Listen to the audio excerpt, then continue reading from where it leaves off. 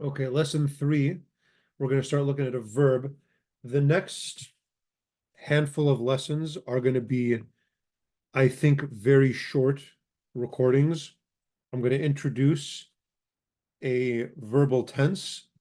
I'm going to explain how it works. I'm going to tell you to memorize it, and then I'm going to stop. And it's going to be on you to kind of work through and memorize them. I repeat, and I'm going to repeat this, pretty often because I know it can feel overwhelming to learn a new language. I repeat, this is just our first pass through it. And we will go over a lot of this material, including some exercises, when we work through Robinson. So it's not your last chance to learn it, but the more work you put into it right now, the less work it's going to be later.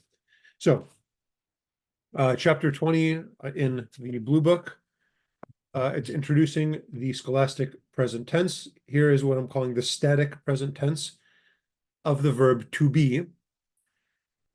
It is basically a combination of the particle eth, the word eth, there is, and the second set of possessive pronoun endings learned in chapter 19.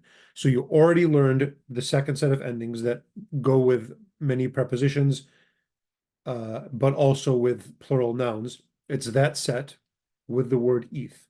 So if you want to say I am, you take eth and you take that second set of endings, ethe. If you want to say you are, ethake.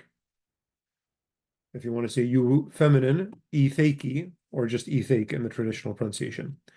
If you want to say he is, you say ethau. If you want to say she is, you say ethe. We are is ethane.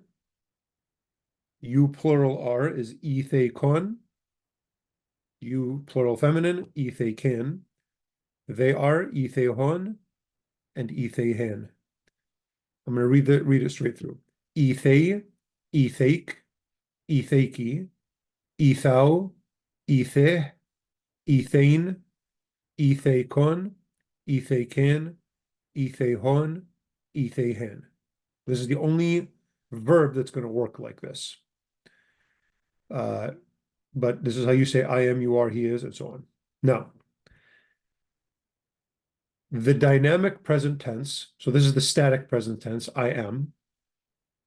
The dynamic present tense follows a more common pattern that all verbs use, which is a combination of a verbal conjugation with the copulas studied in the previous chapter. Okay. If you don't understand what that meant, don't worry about it. Here is a conjugation. I want you to basically memorize this. How do you say I am being? You are being, he is being, and so on. Here is the root. The root is hawe. Hawe. The root is hua, which means to be. So if you want to say I am being, hawena. Feminine. So if you're a female and you're speaking and you want to say I am being, hawiana.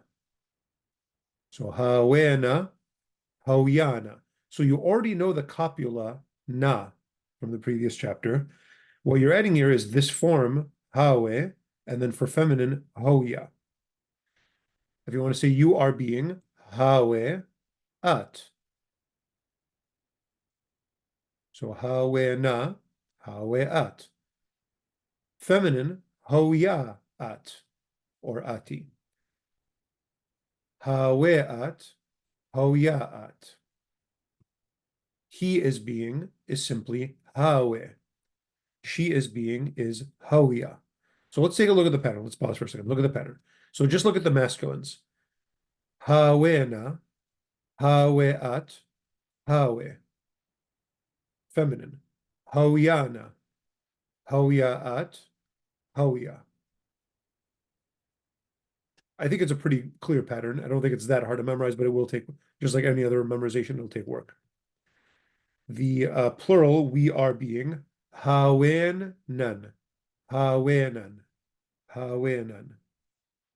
You are being, haweton, hawenton, or just hawenton, hawenten for the feminine. And then they are being is hawen. So again, this hawen is common to all the plurals. You just have to add the copulas that you already know. Hawinan, hawintun, hawintin, hawin. So that's the present tense of the verb to be. Now here's the same pattern with the verb to do. So that means this pattern right here, ethake, this is only for the to be verb. This pattern works with every verb. So this is basically the present tense of any verb is going to look like this. So here it is with the root awith. Awith means to do or to make. It could even mean to serve. So I am making. Awithna. So you see, hawena, awithna. Feminine, awdana.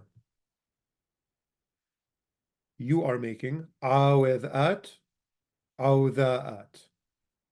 Again, you can say ati, but it's not pronounced usually. Awithat, awda'at. He is making awith, she is making awda. Very similar to surah here. We are making awdinan, we feminine, awdanan. You plural are making awditun, you feminine, awdantin or awdatin. They are making awdin, feminine, awdan. So some differences because of the yod here, but this is the pattern that you're going to find. And basically every verb you'll be able to just put into this and it'll work the same way. So let me just do one more from this chapter's vocab. And I'll do it just kind of vocally so you can hear me do it. And part of your exercise in memorizing this will be to take some verbs and to put it into this pattern so you can practice memorizing it. How about to walk? Actually, I'll use kshap to plead because we've seen that a couple versions of that. So kap shin pe. Let's make it. So to plead or to supplicate.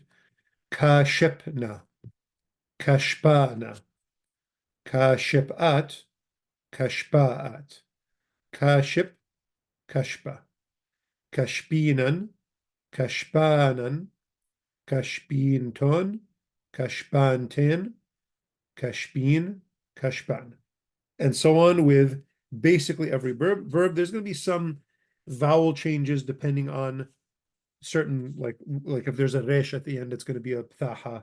We'll work through that when we get to Robinson. But right now, I just want you to focus on memorizing these patterns. So the endings, the pattern of vowels, this is what I really want you to focus on so that, and practice putting other verbs into this pattern. And even if you make mistakes, that's okay. But this, and then the better you memorize this, the easier your life is going to be later. Now,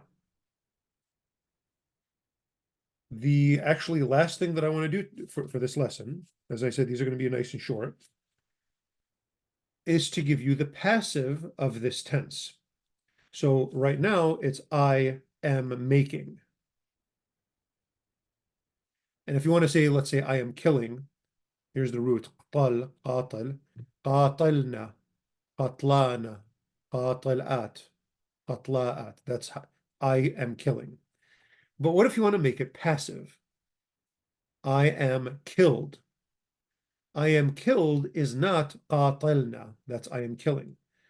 I am killed is qatilna. Now, this actually should all be familiar to you. First of all, you already know the copula from just recently, but you also know that putting a hwasa between the second and third radical, that yod, makes this a passive form. So qatilna means killed am I. I am killed. Feminine, qatilana. So qatilna, qatilana. Qatilat, qatilaat. Qatil, qatila. So again, let's look at the masculines. Qatilna, qatilat, qatil. Qatilana, qatilaat, qatila. I think it's a pretty nice pattern, a pretty easy pattern. Qatilinan, we are killed. Qatilanan, we feminine are killed.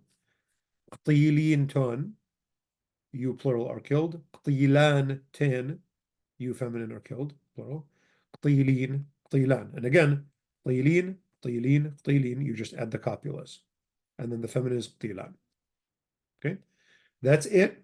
Memorize this. Go, if you go to the book, I guess I'll scroll down in case you don't have the book. If you go down to where the vocab is, there are many, many verbs you can practice this with. Qatil is actually a very, very nice regular verb that is almost perfect in all the conjugations. But here are some verbs you can practice this with. Don't worry about these weak ones. They work pretty close to the same. Shin, to be strong. Amar, these are all some nice verbs you can practice with, or some other ones, maybe if you see it during Mass or Ramsha. And start to pay attention as you're praying in the church or wherever you're reading. Start to notice the patterns that you're learning in these lessons. Okay, so next class we will learn the perfect tense.